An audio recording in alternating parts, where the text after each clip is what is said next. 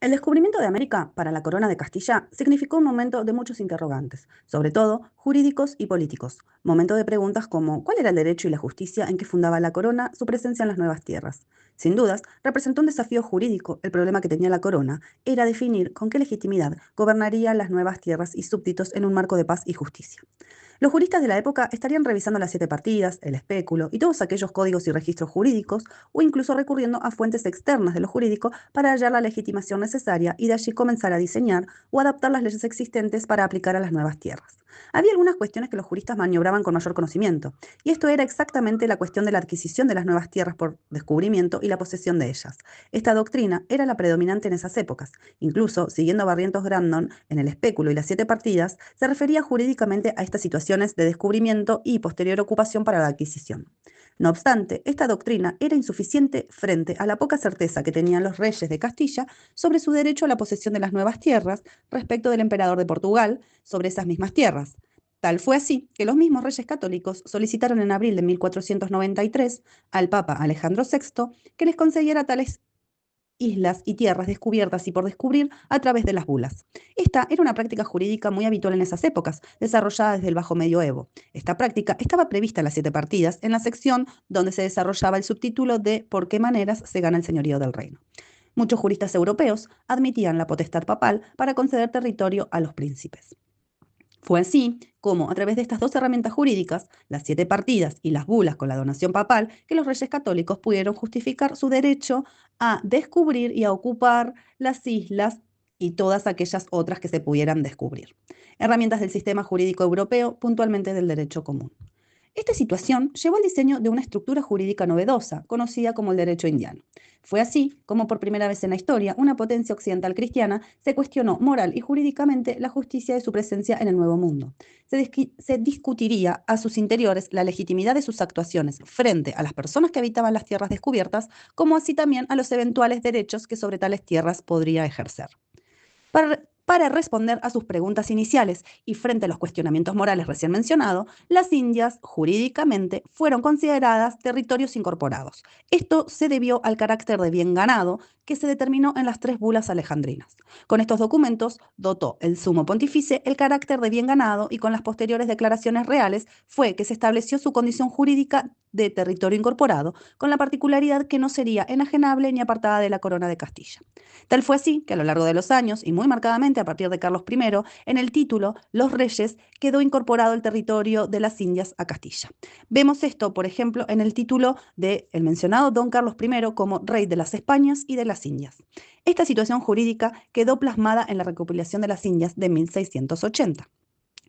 Llegado el momento de justificar la presencia y dominio de Castilla en esos territorios y apoyados en los títulos que concedían la legitimidad de esa situación, fueron argumentos de tipo religioso, político y jurídico los utilizados por los colonizadores. Mencionaremos algunos para conocer a qué nos estamos refiriendo. Como fundamento jurídico, tenemos las siete partidas, que preveía y reglamentaba el derecho al descubrimiento y posesión de las tierras que no pertenecían a nadie. Como fundamento religioso, la donación pontificia a través de las bulas papales para conceder tierras de infieles para la evangelización. Como documento, sirvió a los conquistadores el requerimiento. Este documento fue redactado en 1513. Fue fundamental para poner en conocimiento de los habitantes de la isla y tierras firmes acerca de la donación papal y la obligación de obedecer a la evangelización y a la corona de Castilla de León, so pena de hacerles la guerra y sometimiento, pues de acuerdo al derecho común europeo, solo se justificaría una guerra y posterior sumisión frente a una resistencia a la evangelización o corona española. Pero era necesario, para esto, poner en conocimiento de los indios dichas decisiones papales y de la corona. Por último, el fundamento político fue la capitulación de Santa Fe, en la cual los reyes católicos autorizaban y condicionaban la empresa de Colón respecto de los territorios que se encontraran o los que los dioses permitiesen hallar.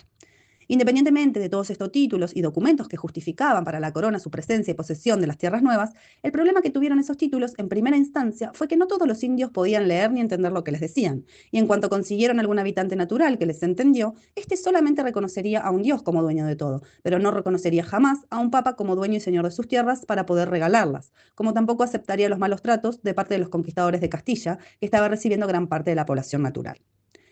De todo esto entendemos entonces que el gran problema giró en torno a querer imponer en una tierra muy lejana, con costumbres y cultura tan distintas, un sistema jurídico consolidado como el europeo, con principios del derecho común del cual nada conocían ni entendían en las nuevas tierras.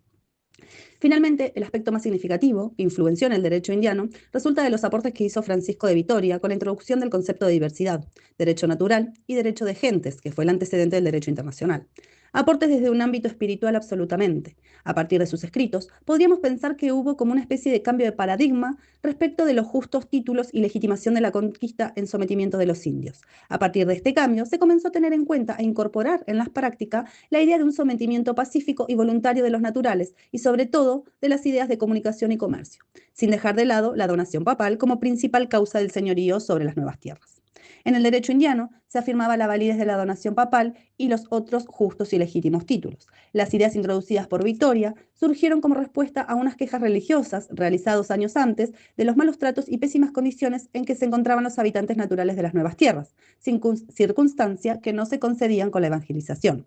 Los aspectos más significativos del derecho indiano es que fue un sistema jurídico de carácter casuístico, es decir, se fue conformando de acuerdo a las necesidades que se encontraron en la nueva tierra. Fue un sistema jurídico nutrido de diversas fuentes, parecido en ese sentido a su precedente de derecho castellano. El indiano también se sirvió de variadas fuentes, como fueron el propio derecho castellano, que importaron los colonizadores, los derechos de los indígenas en un derecho de carácter más humanitario o protector de los indios, al considerarlos sujetos de derechos, aunque con ciertas limitaciones, pero al menos no esclavos como eran considerados bajo la colonia de Portugal. Y por último, otro aspecto fue que el derecho indiano también receptó varias leyes de los indios respecto de su organización y justicia propia en los casos menores.